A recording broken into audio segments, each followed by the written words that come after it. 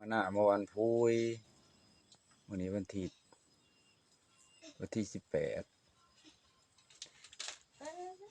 เดือน8ลูกชายดินกำหนองพ่อแม่เมื่อวานพุธลูกผมมาสวยเวียกอันนี้ลูกชายนอนดินเซยอันนี้ลูกสาวนี่บนนั่งนอนก็ได้พ่อแม่เฮ็ดเวียกจนเมื่อยหักลูกเขานอนลินอยู่สูงเซยเบิ่งเว้ากันแน่เบิ่งซื่อ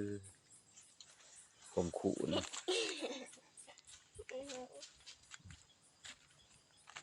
สายก็ได้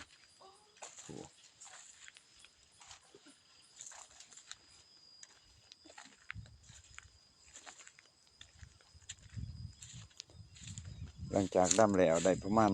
20 กว่าวันพุธนี่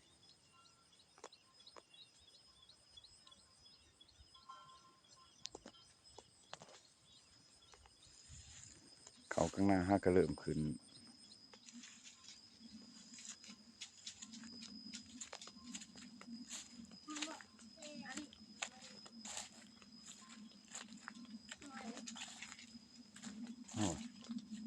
รับนอนมวนอย่างสบาย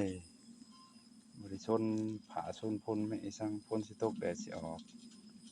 ลูกสาวหลาลูกสาวขูดอีพ่ออีแม่มันคูนแต่หน่อยดีกินนอนนี่สั่งมีแต่เห็ดสุ่มแล้วก็ลิ้นแล้วก็นอนลงผู้อายพุ่นหอนขี้แน่ไว้เสียไปขัวมื้อแลงแล้ว